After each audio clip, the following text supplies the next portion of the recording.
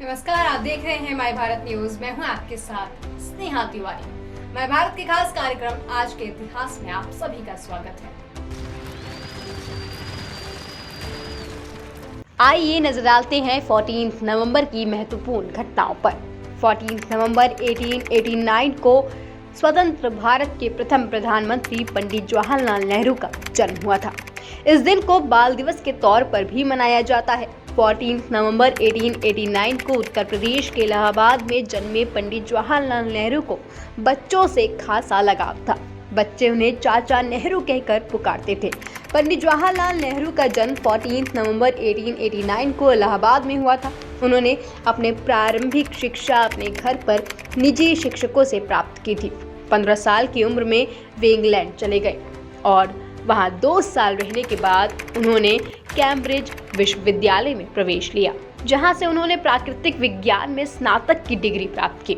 1912 में भारत लौटने के बाद वे सीधे राजनीति से जुड़ गए। 14 नवंबर 1922 में ब्रिटिश ब्रॉडकास्टिंग कॉरपोरेशन BBC ने ब्रिटेन में रेडियो सेवा की शुरुआत की थी। ब्रिटिश ब्रॉडकास्टिंग कॉरपोरेशन BBC एक ब्रिटिश सार्वजनिक सेवा प्रसारक है। इसका मुख्यालय वेस्टमिंस्टर लंदन में ब्रॉडकास्टिंग हाउस में है और ये दुनिया का सबसे पुराना राष्ट्रीय प्रसारण संगठन है और कर्मचारियों की संख्या से दुनिया का सबसे बड़ा प्रसारण करता है।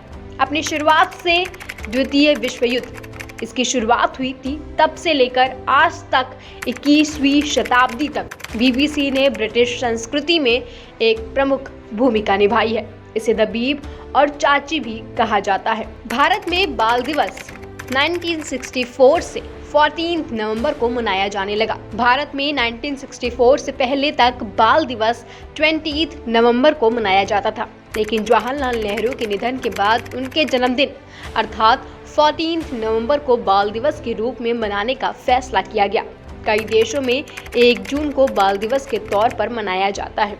कुछ देश संयुक्त राष्ट्र की घोषणा के अनुरूप 20 नवंबर को बाल दिवस मनाते हैं।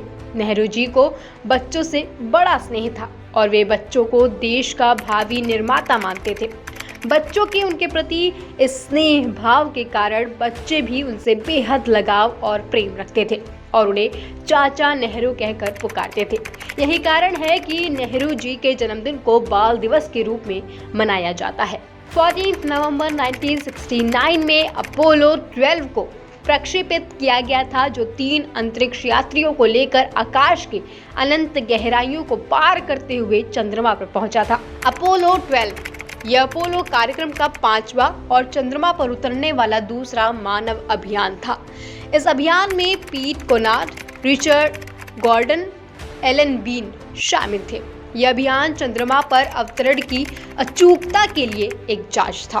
अवरोध स्वचालित था, जिसमें कोनार्ड ने कुछ छोटे परिवर्तन किए थे।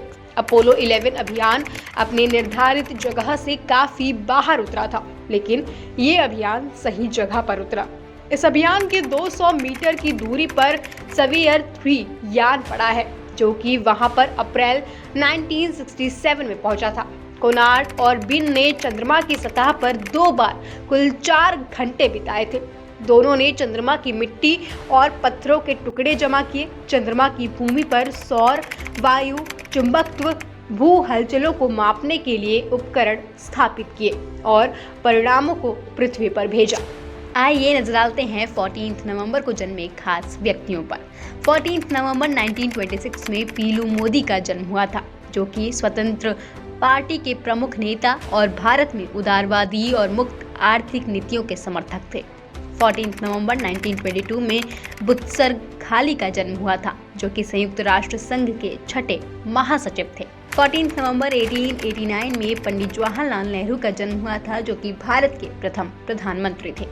ये तो हैं आज जन्मे खास व्यक्तियों की जानकारी एवं जानेंगे आज हुए निधन के बारे में।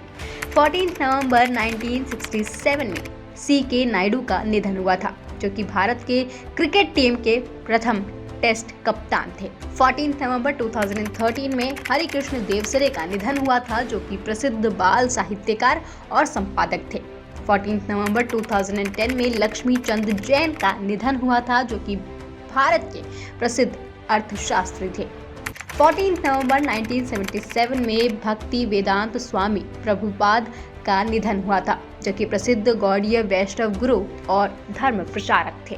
आज के इतिहास में फिलहाल के लिए इतना ही। अगर आप जानना चाहते हैं कल इतिहास में क्या कुछ हुआ था खास, तो हमारे चैनल को लाइक करें, सब्सक्राइब करें, हमारे पेज को फॉलो करें और देखते रहें माय भारत न्यूज।